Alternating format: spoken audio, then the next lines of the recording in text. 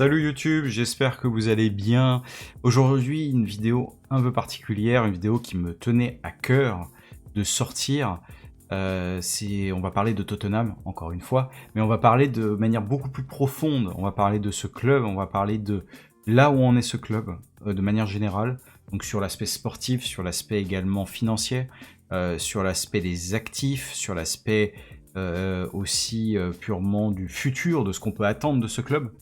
Voilà, donc je voulais en parler parce que je vois beaucoup de gens réagir sur les réseaux en disant que ce club va mal, qu'est-ce que c'est que ce club, etc. Et il y a beaucoup de gens en fait qui ne savent pas de quoi ils parlent. Et moi-même, en fait, je voulais m'instruire moi-même pour être sûr de savoir de quoi je parlais.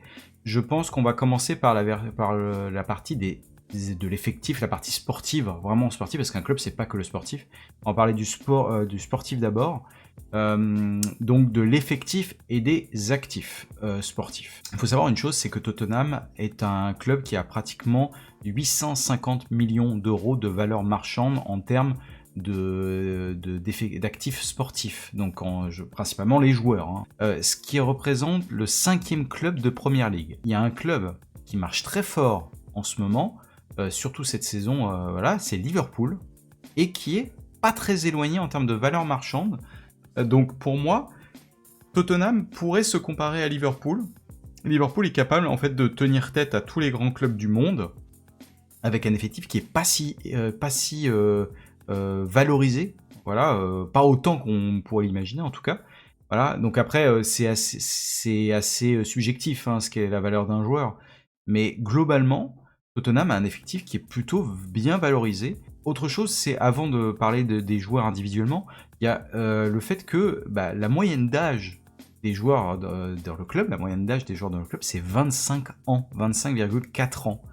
C'est assez peu, hein, c'est pas très élevé, hein. C'est pour un club qui techniquement joue les premières places de la ligue. C'est quand même pas très élevé. On prend par exemple Manchester City, c'est beaucoup plus élevé. Même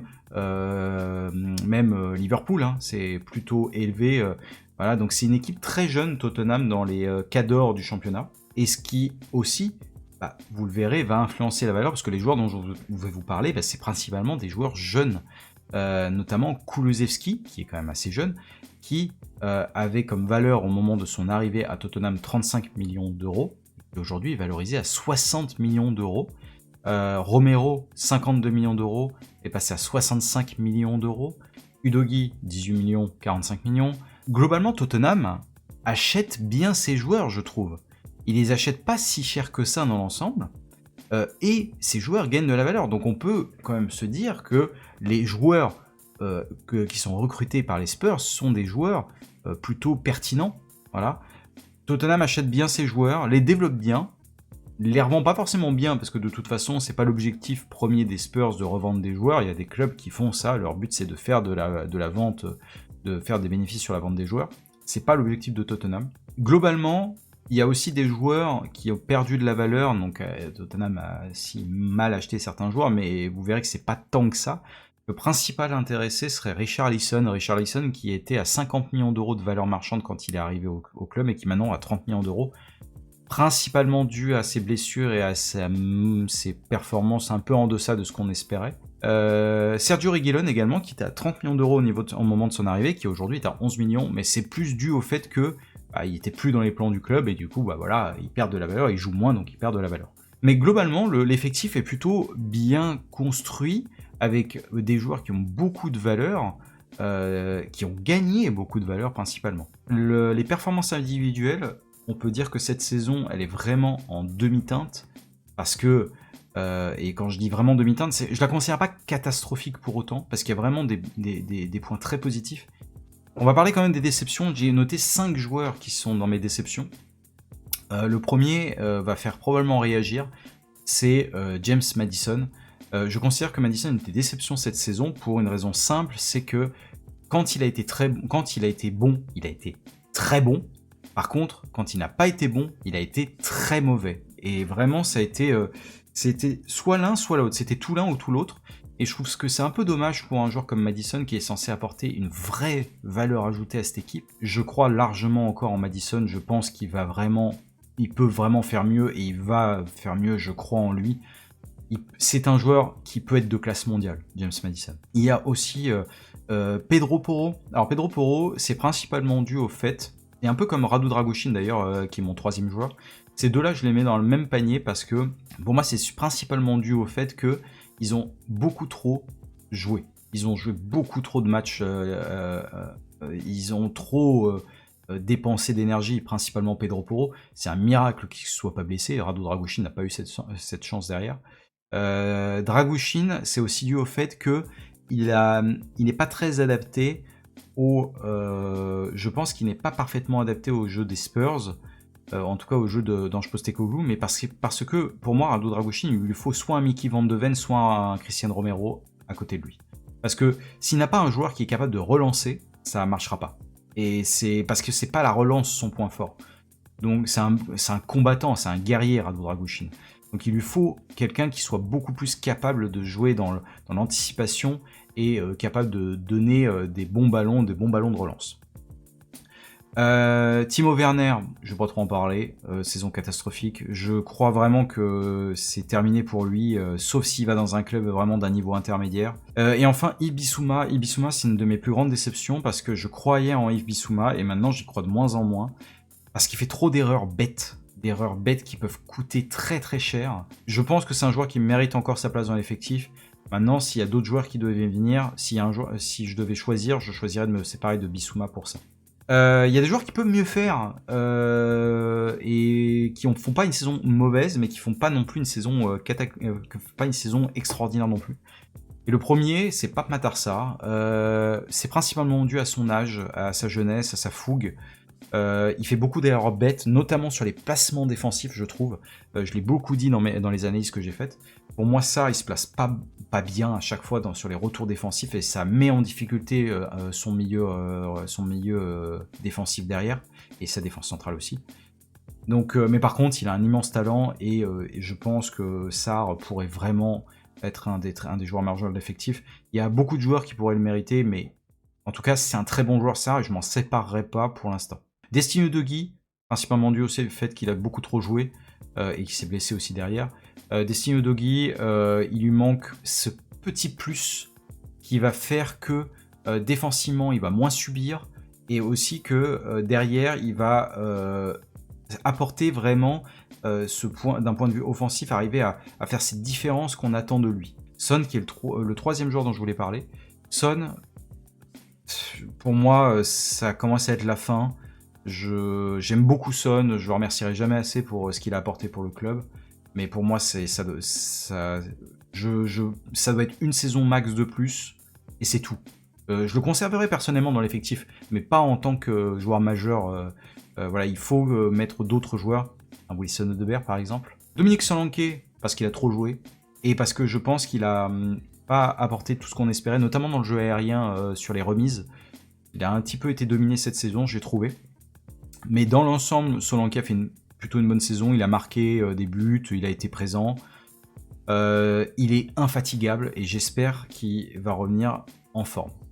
Mickey Moore, il est jeune, ça va venir. Et Brennan Johnson, c'est parce qu'il manque de percussion. Sur le côté, il fait toujours les mêmes choses. Certes, ça marche parce qu'il marque des buts. Il est présent dans la surface, c'est bien ça, c'est très bien.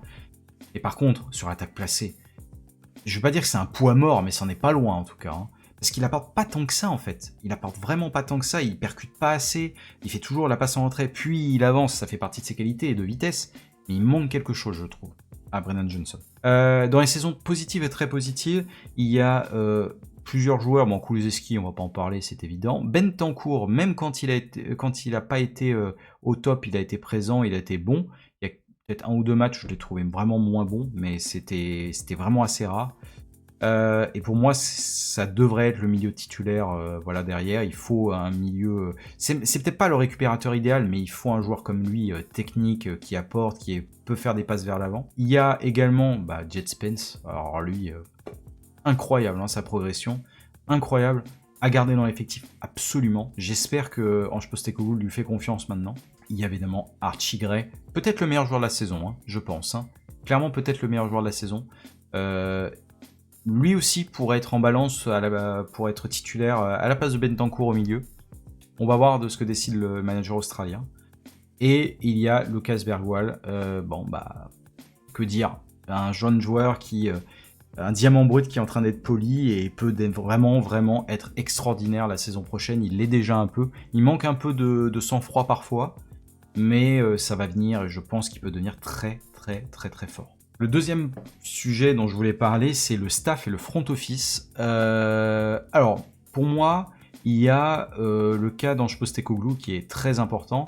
Vous connaissez ma position sur le manager australien. Pour moi, je ne le sacrerai pas.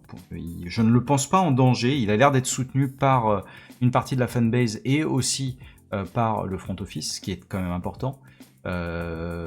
Et surtout, il est très soutenu par son vestiaire. Et ça, c'est quelque chose d'assez unique. Quand vous avez un club qui souffre en championnat autant que Tottenham, mais qui derrière a un soutien, le manager a le soutien de son effectif, c'est quand même quelque chose. Hein. C'est pas anodin. Regardez tous les clubs qui sont en difficulté. Donnez-moi vraiment beaucoup d'autres clubs qui ont dont l'entraîneur est soutenu autant par son effectif dans des moments si difficiles. Je crois pas qu'il y en ait tant que ça, hein, vous verrez. Hein. Ça va venir, je pense que Ange Postecoglou, la saison qui va être très importante, c'est la saison prochaine. Il va falloir vraiment que Tottenham réussisse sa saison prochaine, sinon, là pour le coup, ce sera peut-être la fin. Le staff médical, c'est quelque chose qui est vraiment revient beaucoup en ce moment parce que là, il y a peut-être des ajustements à faire parce que 2 saisons, alors certes avec on va dire une typologie de jeu qui est très demandeuse en énergie, mais là c'est pas possible, on peut pas avoir autant de blessés en deux saisons d'affilée. En plus les mêmes joueurs d'ailleurs qui se blessent, ce qui est quand même assez dingue. Donc là voilà, je suis un peu sceptique sur le staff médical, faudrait peut-être faire des ajustements par rapport à ça. Après ils sont pas responsables de tout non plus. Hein. Il faudrait peut-être un effectif un peu plus fourni en termes de nombre de joueurs, parce que 30 joueurs, ça me semble assez peu. Il faudrait peut-être un peu plus de joueurs notamment en défense centrale. Bon, maintenant qu'on a 4 défenseurs centraux, on pourrait peut-être un peu plus le faire. Il manque peut-être un latéral, un joueur au milieu. Il manque aussi un avant-centre, hein, parce que là, on n'a plus de joueurs capables de jouer avant-centre. Mais là, si, il y a Matistel, mais on voit que Matistel a quand même du mal. Ces choix doivent être faits notamment aussi par Johan Lange, Fabio Paratici et Scott Moon. Donc les trois hommes forts du front office. Mais alors Fabio Paratici, il n'est pas encore confirmé qu'il va rester. On sait qu'il est très demandé. On sait que je sais plus quand s'arrête sa suspension, mais je crois bientôt là. Mais qu'est-ce qui va se passer avec Johan Lange ? Est-ce qu'ils peuvent travailler ensemble ? Je trouve qu'il y a beaucoup d'hommes forts. Johan Lange et Fabio Paratici n'ont pas du tout les mêmes cibles non plus. Donc je suis un peu circonspect, je sais pas trop quoi penser de ce qui va se passer pour ces joueurs-là, pour ces directeurs sportifs. Il va falloir probablement faire un choix. Je pense pas qu'on puisse en garder les deux, mais si on peut garder les deux et qu'ils peuvent travailler en collaboration et de la bonne manière ensemble, bah pourquoi pas. Hein. Moi je vais pas crier, je vais pas dire non à ça. Hein. Maintenant, il y a évidemment le président, Daniel Levy.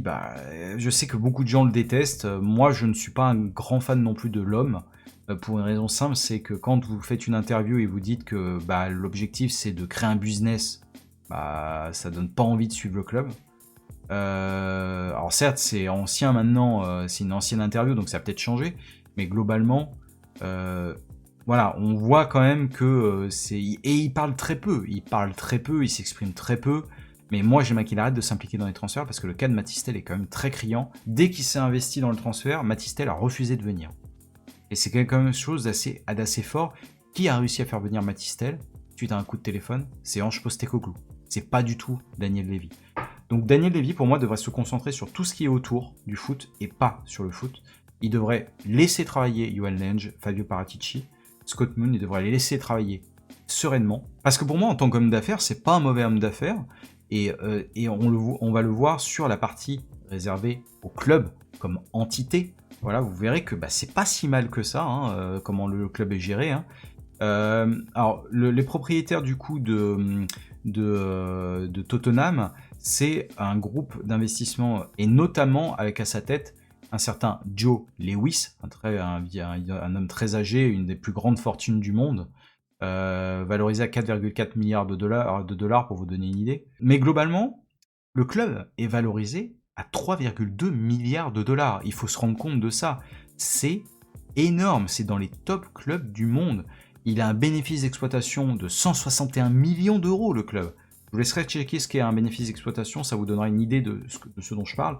Mais c'est très important, c'est une variable très importante, c'est-à-dire que le club est en très bonne santé. Avoir un bénéfice d'exploitation, c'est très bien. Ceux qui disent oui, mais dans ce cas-là, il faut réinvestir tout de suite dans les joueurs, il faut tout de suite investir. Alors oui, il faut investir, mais attention, parce que si un club n'a pas un bénéfice d'exploitation positif ou au moins à l'équilibre, c'est pas un club en bonne santé. Hein. Aussi le fait que c'est le 10e club le plus rentable du monde. 10e club sportif le plus rentable du monde. Dans cette sphère-là, vous avez les clubs de NFL, vous avez les clubs de NBA, voilà, vous avez les franchises de NBA, les franchises de NFL, vous avez d'autres clubs de foot. Rendez-vous compte de ce que ça représente. Tottenham est certes sur la carte du foot pas un des clubs les plus huppés du monde, mais par contre un des clubs les plus rentables. Hein. Il a également un des stades les plus modernes du monde, un des plus grands stades du monde aussi, et c'est aussi ça permet aussi au club de faire des bénéfices parce qu'il loue le stade à d'autres événements, à des concerts, à des matchs de NFL par exemple aussi. Donc ça reste pas mal, ça reste une bonne chose d'avoir un club qui est capable de faire ça. Être propriétaire de son stade, c'est très important. Maintenant, ça a un revers, être propriétaire de son stade, notamment le fait que, évidemment, c'est un stade qui est certes très moderne et qu'il a fallu construire, mais c'est un stade qui a demandé énormément de fonds et qu'il a fallu rembourser, ce qui explique notamment le fait que Tottenham n'a pas beaucoup investi pendant les fenêtres de transfert autour duquel le stade a été construit. Du coup, ENIC souhaite progressivement céder les parts du club, on le sait, hein, c'est de notoriété publique. Maintenant, il y a plusieurs rumeurs qui tombent, il y a plusieurs hommes et femmes d'affaires qui sont consultés, mais il y a une rumeur qui est revenue de façon insistante récemment, c'est la rumeur d'investisseurs du Qatar. Et j'ai entendu et j'ai vu beaucoup de gens s'extasier en disant ou juste crier non, pas le Qatar, on veut pas devenir un club secondaire, un club affilié au PSG, pas du tout. Et les gens, arrêtez, il faut déjà étudier la question déjà avant de comprendre ce que c'est. C'est littéralement pas du tout les mêmes investisseurs. Ce serait, je mets des gros guillemets, hein, parce que je ne suis pas non plus dans le dossier, mais j'ai étudié un peu la question, j'ai écouté un petit peu ce qui se dit et ce que les journalistes, notamment sur le sujet, qui ont étudié le sujet, ressortent. C'est apparemment un groupe d'investisseurs particuliers qui n'aurait aucun lien avec le gouvernement qatarien. Et il faut savoir une chose, c'est que le PSG, c'est le Qatar, c'est pas des investisseurs particuliers, c'est le Qatar. Donc c'est lié au gouvernement. À noter quand même que Lévy resterait à la tête du club potentiellement. Il y a beaucoup de gens qui crieraient si ça arriverait, mais je considère qu'en tant qu'homme d'affaires, il n'est pas mauvais, sincèrement. Dès qu'il s'implique dans le foot, par contre, il est mauvais. Et il faut vraiment qu'il arrête de s'impliquer dans le foot, il faut qu'il reste en tant qu'homme d'affaires. Ça doit être un président homme d'affaires. Et il doit laisser les autres, les personnes qui connaissent le foot, gérer ça. À noter aussi que c'est quand même quelque chose d'assez fort, la recherche de nouveaux actionnaires et de nouveaux investisseurs, parce que et on sait que c'est public, parce que notamment Tottenham a engagé Rothschild comme conseiller pour faire entrer de nouveaux actionnaires. Donc c'est un vrai sujet côté Tottenham. Maintenant, il y a beaucoup de questions qui vont être quid des investissements sportifs avec de nouveaux actionnaires? Est-ce qu'ils vont augmenter? Est-ce qu'ils vont diminuer? Voilà. C'est beaucoup de questions qui restent dessus, mais Tottenham est un club en bonne santé, en très bonne santé. Qu'est-ce qui va se passer avec de futurs investisseurs? Je ne sais pas, mais il y a de vraies questions qui se posent sur le sujet. Si on devait faire un bilan, hein, une conclusion de tout ce que je vous ai dit, globalement, Tottenham a un effectif très solide, pouvant, selon moi, lutter pour les premières places de Première Ligue et potentiellement un titre. Voilà. Mais c'est un club qui a subi énormément de blessures, donc avec les blessures, c'est impossible pour ce club d'y arriver. Il y a un coach qui est soutenu malgré les difficultés, ce qui est pas rien du tout. Voilà, pas rien du tout, faut être très positif sur ce point-là. Un effectif qui soutient un coach, c'est un signal très fort. Il y a des problématiques de blessures depuis 2 ans, donc c'est un vrai sujet. C'est un club de plus en plus puissant, notamment avec des bases extrêmement solides. C'est un vrai business, ce club. Des investisseurs qui seraient intéressés par le club et aussi désirés par le club. Donc c'est quelque chose qui est à noter, notamment avec les rumeurs qataris. Mon avis personnel, c'est que la santé financière du club ne devrait plus être un sujet une fois que les investisseurs vont arriver. C'est l'aspect sportif qui devrait être une priorité. Maintenant, est-ce que ça va l'être? Je ne sais pas. Ça devrait être Pourquoi l'aspect sportif devrait être priorité? Je pense que Daniel Levy s'est rendu compte. Si les résultats ne sont pas là, le club s'est rendu compte, ah ouais, sportivement ça va pas. On va recréer un nouveau projet, un vrai projet. Et globalement, c'est un projet qui se déroule pas trop mal. Hein. Donc voilà, on peut espérer un titre quand même en Europa League. Je pense que Tottenham n'a rien à envier en termes de niveau de jeu par rapport aux autres équipes de la compétition. Maintenant, selon moi, c'est un process qui prend des années. J'ai confiance encore dans ce process. Je pense qu'il faut laisser le temps au temps. Arsenal n'a pas gagné le titre malgré 2 saisons extraordinaires, il faut se rappeler de ça. Donc si ça se trouve, il n'y aura pas de titre gagné, mais ça peut être des saisons extraordinaires. Et il faut se rappeler, pour terminer, que c'est une première ligue, un championnat extrêmement concurrentiel, avec énormément d'équipes pouvant jouer les premières places. Donc il faut être lucide sur la situation du club. Elle n'est pas catastrophique, loin de là, il y a beaucoup de points positifs, il y a des choses à revoir, mais moi j'y crois. Sur ce, merci beaucoup d'avoir suivi cette vidéo, je suis désolé pour le temps que ça a pris, je ne m'attendais pas à que ce soit si long. Je vous fais à tous plein de bisous, salut tout le monde.